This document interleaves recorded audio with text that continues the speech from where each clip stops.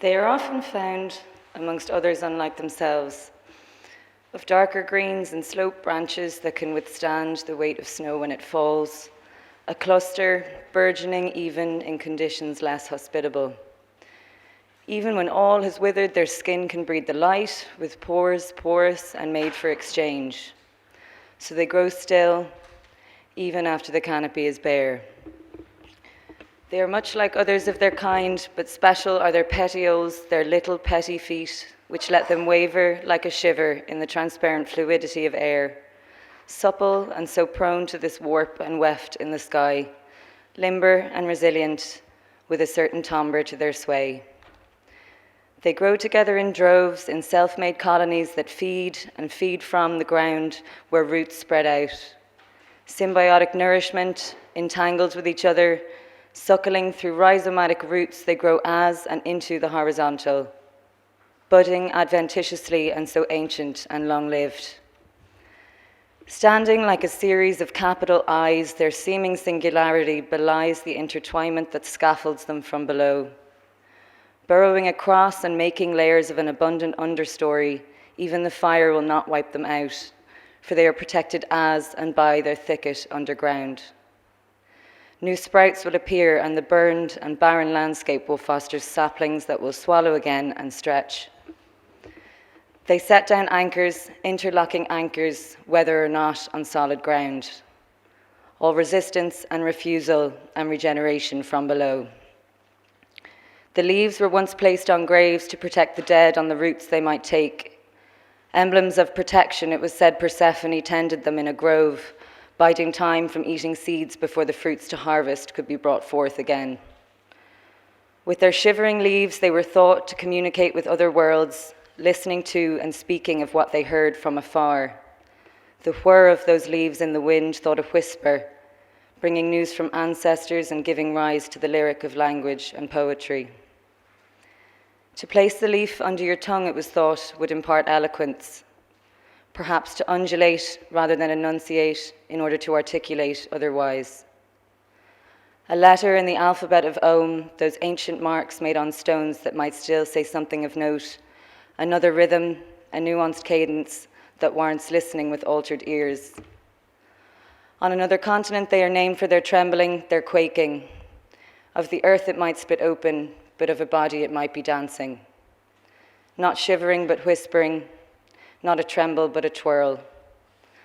Not shaking, but shielding, an open shelter along the way, brimming and buttressed, whether or not seen. They once were, but are no longer of the grave, now of the grove simultaneously, above, below, kept on the move, but forging still from and for the roots, circle round and add the O, and in or out of step, there lies a groove, and on we go.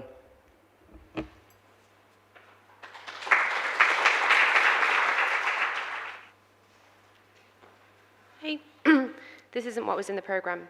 It's actually a part of a thing called Soft Rock Strange Trouble. It's a shame you can't see into the ground, they would say. It's a shame you can't see into the ground. You'd love it there. You could spy a familiar leftover or scrap that would habit the table and wait to be swept away once upon a day off. Thousands of them.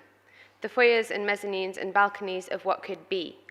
All filed proper and compacted in neat columns, rows like a logbook saying what came and what went. But what worries me most is a bubble in the tube. The bubble creeps and splits. The bubble should stay level. Oh, bubble, you're a punch square in the face, a kick in the teeth, a blueprint for letdown. And as though time wasn't in motion, as though history never happened, the ground opens like a cheap trick. A momentary rupture in smart casual dress. A historical eruption of commotion. It starts with a drop and a line. A caressed parting of time where this could apply to that.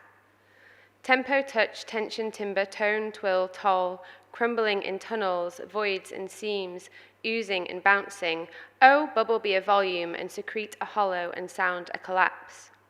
A great exodus touching silence, a great exodus of lost debris, a great exodus of lost debris churn like butter. You're morose, I'm engrossed. The bedrock creeps. A fissure becomes a fixture. Oh, you're a violent kind of edge. Is this the soft rock you've been talking about?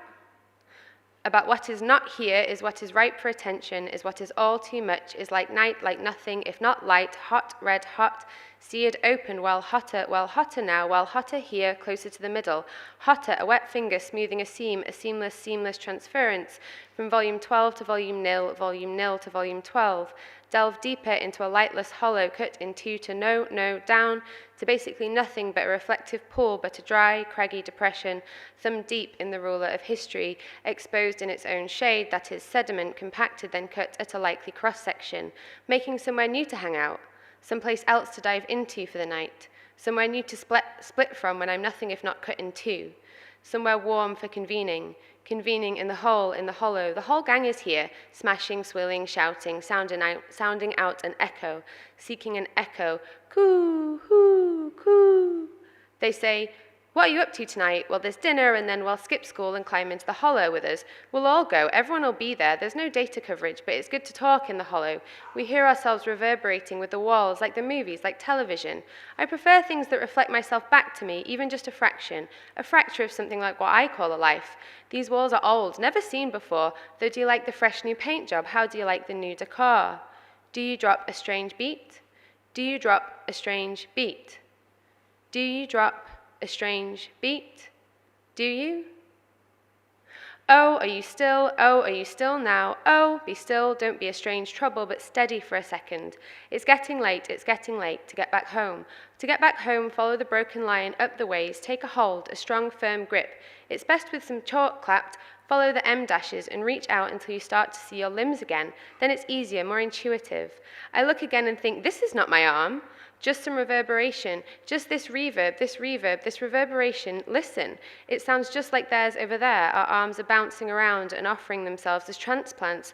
Oh, familiar. Oh, behold a prism over our mass. Isn't it a sight to behold? Oh, makes sense to me here, under here.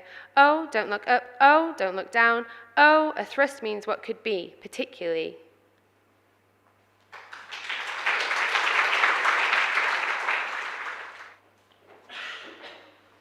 Hi, I'm reading for Siuán, who can't be here, and I'm going to read her piece, The Freezer.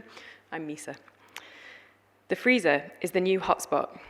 This storage facility has now opened to the public as a concept space, operating intermittently or concurrently as an art gallery, music and performance venue, conference centre, and boutique hotel.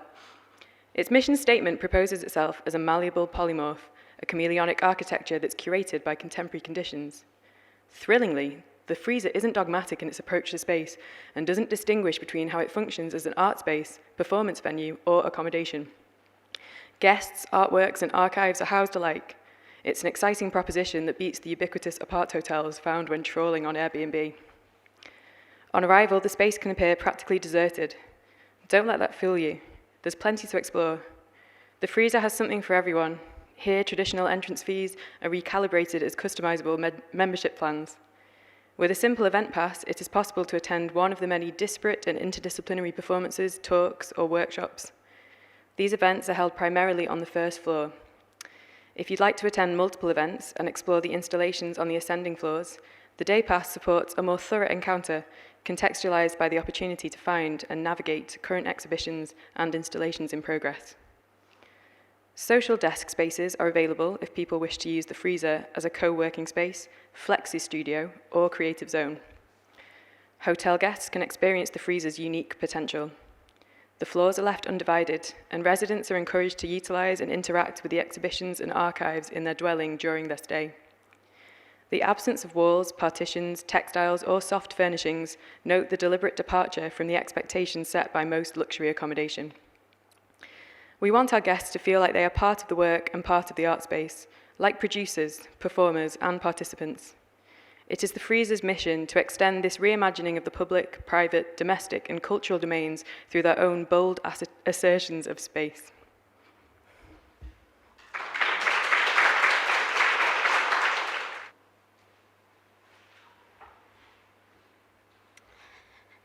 This isn't a ghost story, but it is a story about ghosts. In the 3rd hour of a Monday morning, I was born with the umbilical cord wrapped around my neck. pulling tightly on my throat a rope of my mother's own flesh and love and labour that carried blood and vitality to my body when still a part of hers, became a noose, pulling tightly, pushing, maybe, on my throat, in the immediate tension between birth and death at 3 a.m. The witching hour, or, in other words, the exact time when the wall between the physical world and that of spirit is at its most transparent. I was born balancing in the state between being and not. The last time I saw him was at night, 12 years after his death. Smoke seeps in so strong I can smell it, even in sleep. Rolled up paper, a glowing orange circle in the darkness. Smiling, sitting, in a single chair with no surrounding, a single chair in a vacuum. He is nowhere, he is in between, balancing like my birth between being and not. I was surprised to see him, pleasantly, wondering if there was meaning to this visit. It turns out later that day that Hibernian Football Club won the Scottish Cup. That explains the smile then. The last one was in 1902, so he never got to see it in his lifetime, or lifetime as we know it anyway. I felt like what happened that day went further than the usual final whistle, violent anger, rushing, feelings, joy, commiserating, slashing knives, masculinity on steroids, babies conceived, organised fists, blissful fights, kissing strangers in pubs, public outbursts. It was communal catharsis of a whole place. Not quite a city, but that bit the city claimed as part of its own, when we all know the line is still drawn at the Boundary Bar. It's not the Boundary Bar anymore, though it's a German beer house. Gentrification or moving on, depends what way you look at it. If Edinburgh was cobbled roads and the castle and poets meeting on Rose Street, then Leith was dockyards and socialism, solidarity and strikes, speeches at the foot of the walk. Decline of industry created a lot of ghosts, ghost towns, ghost harbours. People became shadows, places once alive with activity and community, now lay derelict and forgotten, until eventually the land was filled with student housing, gastropubs and coffee houses. Gentrification or moving on, depends what way you look at it. I know what way he'd be looking at it. Thanks.